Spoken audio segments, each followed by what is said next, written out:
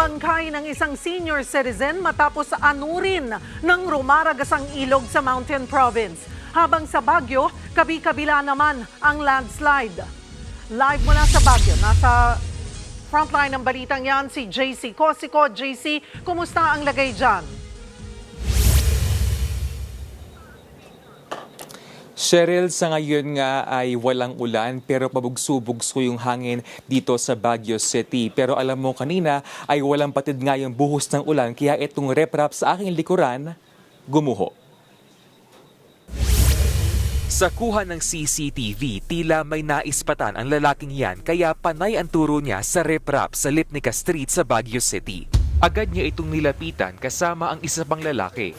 Pero dito na unti-unting nagbagsakan ang mga bato. Mabilis na inalis ng dalawa ang kanilang mga nakapark na motorsiklo hanggang sa tuluyang gumuho ang reprap. Nakaligtas ang rider na si Adam.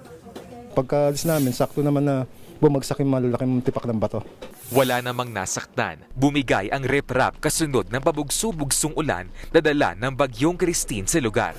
Ang Alfonso Tabora Street naman na dati nang nagka-landslide, isinara muna sa mga motorista matapos gumuho ulit ang lupa. Habang sa barangay San Ferdinand, tumumba ang isang malaking puno dahil sa bagyo. Rumaragas ang tubig na may kasamang lupa ang tumambad sa mga rescuers sa bahagi ng Harang Banawel sa Natonin Mountain Province. Napaatras naman ang napadaang SUV. Isinara muna ang nasabing ruta.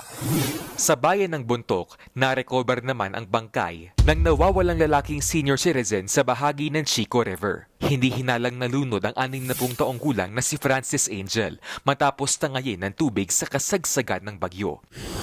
Sa ngayon, hindi naman madaraanan ang Labay-Lacamen Road sa Benguet dahil din sa landslide. Nagbabalita mula sa Frontline, JC Cosico, News 5. Cheryl, sa ngayon nga ay ayon sa Baguio LGU, merong 4 na incidents ng pagguho ng lupa dito nga yan sa Baguio City pero no casualties o mga injury dito nga sa lungsod. At ngayon nga ay tuloy-tuloy pa rin nga yung clearing operations dito sa Baguio City. Balik sa inyo. Maraming salamat at mag-iingat kayo dyan, JC Cosico. Mga kapatid, Cheryl Cosim po, huwag maging huli at maging una sa lahat sa balitaan. Para sa tuloy-tuloy na talakayan sa Frontline, mag-follow at mag-subscribe sa social media pages ng News 5.